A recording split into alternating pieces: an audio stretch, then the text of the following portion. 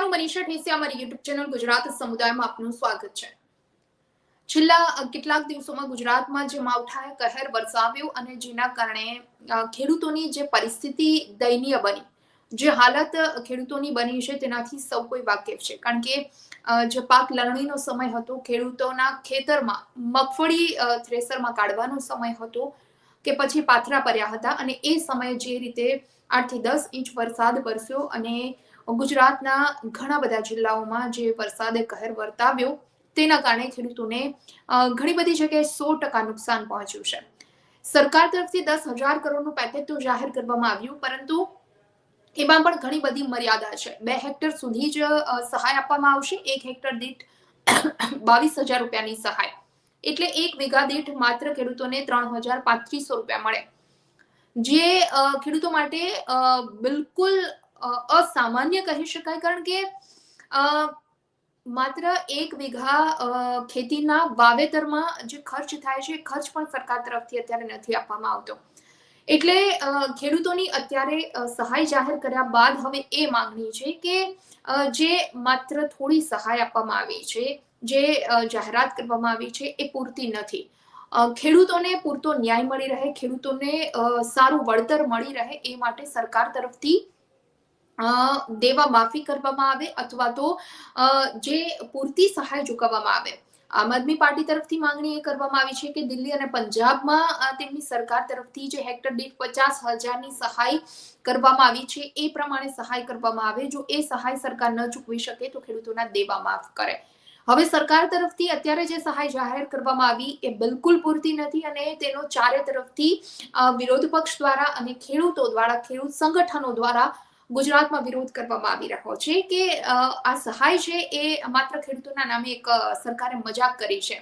હવે જે માવઠું થયું અને ત્યારબાદ ઘણા બધા ખેડૂત પરિવારો એવા હતા કે તેની પરિસ્થિતિ વધારે મુશ્કેલ બની અને જેના કારણે ગુજરાતમાંથી છેલ્લા 10 દિવસની અંદર 4 ખેડૂતોએ આત્મહત્યા કરી લીધી છે। એ પરિવાર ઉપર શું વીતી હશે, એ પરિવારની સ્થિતિ શું હશે અને માણસે જ્યારે પોતાનો જીવ ગુમાવવો પડ્યો, એટલી હદે પરિસ્થિતિ ખરાબ થઈ ગઈ। એક ખેડૂત પરિવારના ઘરે દીકરીના લગ્ન હતા અને એના પિતા અને સામે આ બધો જ પાક નિષ્ફળ ગયો અને કોઈ જ આવકનું સાધન ન બચ્યું, કોઈ જ આવક ન વધી અને જેના કારણે દીકરીના લગ્ન માથે હતા અને ચિંતામાં એમના પિતાએ સુસાઇડ કરી લીધું, આત્મહત્યા કરી લીધી।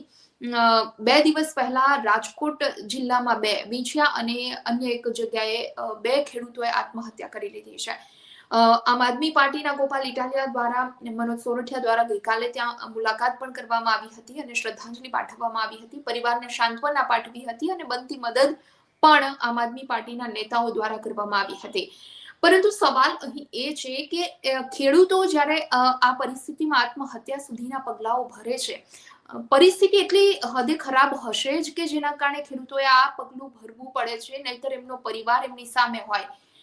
જામ ખંભાળિયામાં એક ખેડૂતોએ જ્યારે આ પગલું ભર્યું, એમનો દીકરો માત્ર 11મા ધોરણમાં અભ્યાસ કરે છે, એટલે એમનો દીકરો પણ નજર સામે એને દેખાયો હશે, એમનો પરિવાર પણ દેખાયો હશે, પરંતુ પરિસ્થિતિ એમના હાથમાં નહીં હોય, પરિસ્થિતિ એમના કાબુમાં નહીં હોય અને ત્યારે જ તેમણે આટલી હદ સુધીનું આવું પગલું ભરી લીધું હશે, આત્મહત્યા સુધીનું પગલું ભરી લીધું હશે।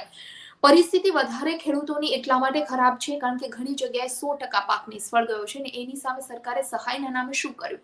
માત્ર એક મજાક, માત્ર વીઘા દીઠ તમે 3,3500 રૂપિયા આપી દો, એનાથી ખેડૂતોનું શું થાય? મજૂરી કામના પણ નહીં સૂઝે, એમને જે ખર્ચ કર્યો છે આખા વર્ષ દરમિયાન 1 વીઘા દીઠ એ પણ નહીં ઉઠે, તો ખેડૂતો આ સહાયનું કરશે શું? હજુ તો જાહેરાત થઈ છે, ખેડૂતોના હાથ સુધી આ નાણાં પહોંચે, આ સહાય પહોંચે ત્યારે પહોંચી કહેવાય, પરંતુ આ જે જાહેરાત, આ રાહત પેકેજ સરકારે જાહેર કર્યો છે એનો ચારે તરફ વિરોધ એટલા માટે જ થઈ રહ્યો છે કે આ જરા પણ યોગ્ય નથી। હવે વાત આપણે ખેડૂતોની આત્મહત્યાની કરી રહ્યા છીએ, તો વારંવાર જ્યારે ગુજરાતમાં આવી પરિસ્થિતિ સર્જાય છે અને ખેડૂતોના માથે દેવું થઈ જતા હોય છે, એમના ઘરેણા એમને ગીરવે પર મૂક્યા હોય છે અને જ્યારે બાળકોને નથી ભણાવી શકતા અથવા બાળકોના લગ્ન પ્રસંગ નથી કાઢી શકતા, ત્યારે એક બાપ શું કરે? એમની સામે જ્યારે કોઈ રસ્તો નથી હોતો અને ત્યારે તે આવું પગલું ભરી લેતા હોય છે। સમાચાર આજે એ મળ્યા છે કે સુપ્રીમ કોર્ટના આદેશ હોવા છતાં પણ રાજ્ય સરકારે કૃષિ નીતિ નથી ઘડી, કારણ કે કૃષિ નીતિ ઘડવાની વાત 2017 થી છે અને 6 મહિનાની અંદર કૃષિ નીતિ ઘડવાની હતી, પરંતુ આજે આટલા વર્ષો 8 વર્ષ વીતી ગયા અને છતાં પણ સરકાર તરફથી આ અંગે કોઈ જ નીતિ નથી ઘડવામાં આવી અને જેના કારણે ખેડૂતોએ આવા પગલા ભરવા પડે છે. ખેડૂતો આત્મહત્યા ન કરે તે માટે નિર્દેશની ક્યાંક ને ક્યાંક રાજ્ય સરકાર તરફથી સીધી જ અવગણના કરવામાં આવી રહી છે. વાત આપણે વિસ્તારથી કરીએ તો છેલ્લા એકાદ સપ્તાહમાં આપણે વાત કરીએ એ પ્રમાણે ગુજરાતમાં માવઠાને લીધે ખેતીને જે મોટા પાયે નુકસાન થયું અને 4 ખેડૂતોએ પોતાનું જીવન ટૂંકાવી લીધું. ખેડૂતો આત્મહત્યા ન કરે, પાક ઉત્પાદનના પૂરતા ભાવ મળે, પાક નિષ્ફળ જાય તો ખેડૂતોને યોગ્ય વળતર મળે તે માટે સુપ્રીમ કોર્ટે આદેશ કર્યો હોવા છતાં રાજ્ય સરકાર આ સુપ્રીમ કોર્ટના આદેશને જાણે ઘોડીને પી ગઈ હોય એવી રીતે કૃષિ નીતિનું નિર્માણ નથી કરતા, એટલે કે કૃષિ નીતિ આજ દિન સુધી તેમણે નથી ઘડી. ખેડૂતોના મસીહા ગણાવતી રાજ્ય સરકાર સુપ્રીમ કોર્ટના આદેશને પણ જાણે કે માળિયા પર ચડાવી દીધી હોય એવું હવે સામે દેખાઈ રહ્યું છે, કારણ કે રાજ્ય સરકાર એવું કહે છે કે આ ખેડૂતની સરકાર છે, અમે ખેડૂતોના મસીહા છીએ, પરંતુ રાજ્યમાં અત્યારે ખેડૂતોની જે સ્થિતિ છે તેનાથી ન માત્ર ખેડૂતો પરંતુ સમગ્ર ગુજરાત વાકેફ છે. ગુજરાતમાં ખેડૂતોની આત્મહત્યાના મુદ્દે ક્રાંતિ સંસ્થાએ સુપ્રીમ કોર્ટના દ્વાર ખખડાવ્યા હતા અને જેના પગલે વર્ષ 2017માં સુપ્રીમે ગુજરાત સરકારને નોટિસ ફટકારી હતી અને રાજ્ય સરકારે કૃષિ નીતિ ઘડવા માટે 2 વર્ષનો સમય માંગ્યો હતો, પણ સુપ્રીમ કોર્ટે ગુજરાત સરકારની વાતનો અસ્વીકાર કરી અને માત્ર સરકારને 6 મહિનાનો સમય આપ્યો હતો. સરકારે 2 મહિનાનો સમય માંગ્યો, સુપ્રીમ કોર્ટે 6 મહિનાનો સમય આપ્યો અને વીતી ગયા છે 8 વર્ષ. છતાં પણ ના તો કોઈ કૃષિ નીતિ ઘડવામાં આવી છે, ના તો ખેડૂતો માટે કોઈ નિર્ણય લેવાયા છે.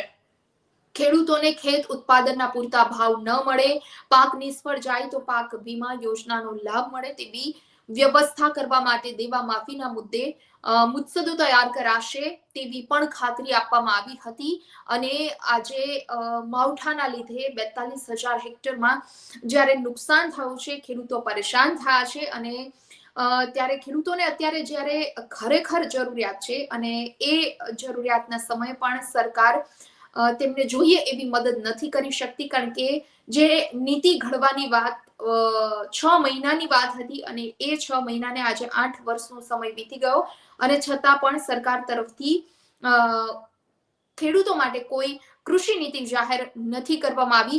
કમોસમી વરસાદને લીધે ખાસ કરી સૌરાષ્ટ્રના ખેડૂતોને વધારે આર્થિક રીતે ફટકો પડ્યો છે. આ કારણોસર મજબૂર વર્ષ ખેડૂતો આત્મહત્યા કરી જીવન લીલા સંકેલી રહ્યા છે. પરિસ્થિતિ વધારે ખરાબ છે. છેલ્લા 1 અઠવાડિયામાં રાજકોટ, ભાણવડ, ઉના અને ભાવનગરમાં મળી કુલ 4 ખેડૂતોએ આત્મહત્યા કરી લીધી છે.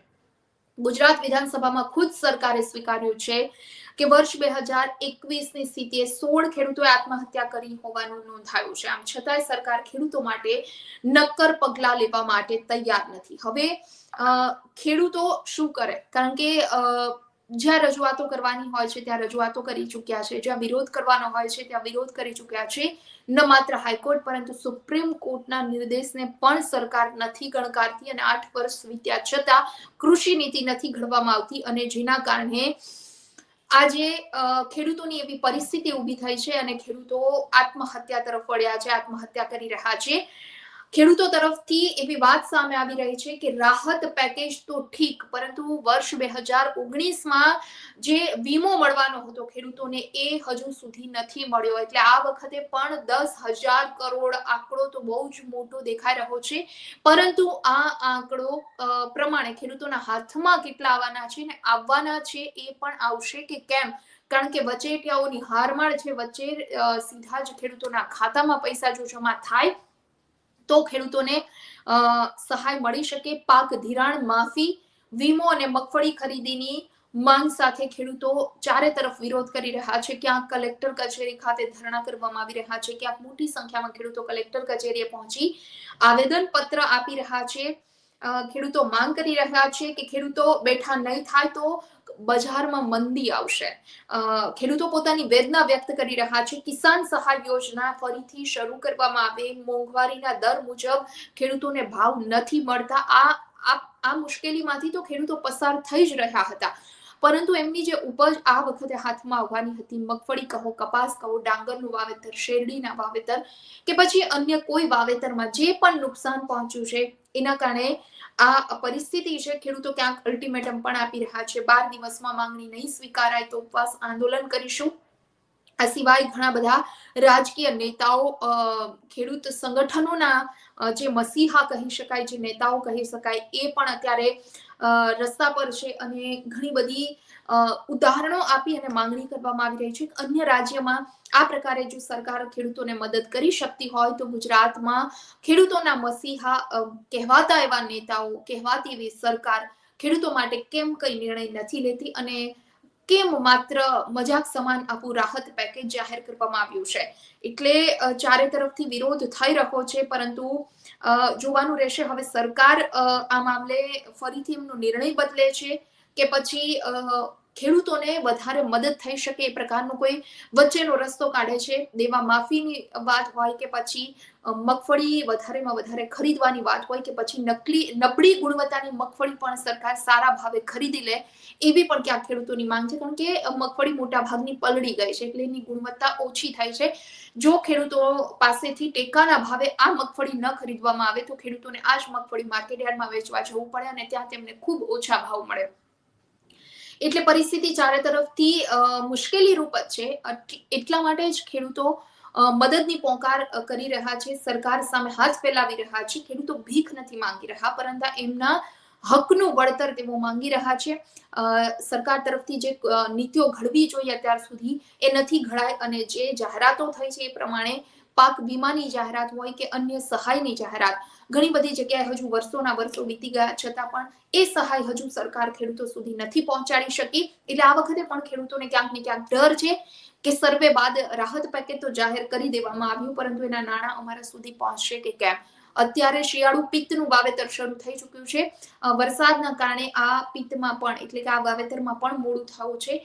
એટલે આ વાવેતરમાં પણ ખેડૂતોને પૈસાની જરૂરિયાત હોય છે. યોગ્ય સમય અને ખૂબ જલ્દીથી જો સહાય ખેડૂતો સુધી પહોંચી જાય અને યોગ્ય સહાય, ન માત્ર આ મજાકરૂપ જે પેકેજ જાહેર કર્યું છે એ પ્રમાણેની સહાય, માંગણી એ જ પ્રકારની છે ખેડૂત સંગઠનોની, રાજકીય નેતાઓની, વિરોધ પક્ષની અને ક્યાંક ને ક્યાંક ખેડૂતોની. હવે જોવાનું રહેશે સરકાર આગામી સમયમાં આ તમામ લોકોના જે તમામ મુદ્દાઓ છે, જે વિરોધ કરી રહ્યા છે, આ તમામ બાબતો ધ્યાનમાં લઈ અને ખેડૂતોને યોગ્ય સહાય પહોંચાડે છે કે કેમ. ચર્ચામાં અત્યારે બસ આટલું જ. આવતીકાલે કોઈ નવા ટોપિક સાથે જોડાશું. આજનો આ મુદ્દો આપને પસંદ આવ્યો હોય તો વિડીયો લાઈક અને શેર કરવાનું ભૂલશો નહીં અને ખાસ અમારી ચેનલ ગુજરાત સમુદાયને સબસ્ક્રાઇબ કરી લેશો. નમસ્કાર. વિડીયો પસંદ આવ્યો હોય તો લાઈક અને શેર કરવાનું ભૂલશો નહીં અને ખાસ અમારી ચેનલ ગુજરાત સમુદાયને સબસ્ક્રાઇબ કરી લેશો. આવતીકાલે કોઈ નવા ટોપિક પર ચર્ચા કરીશું.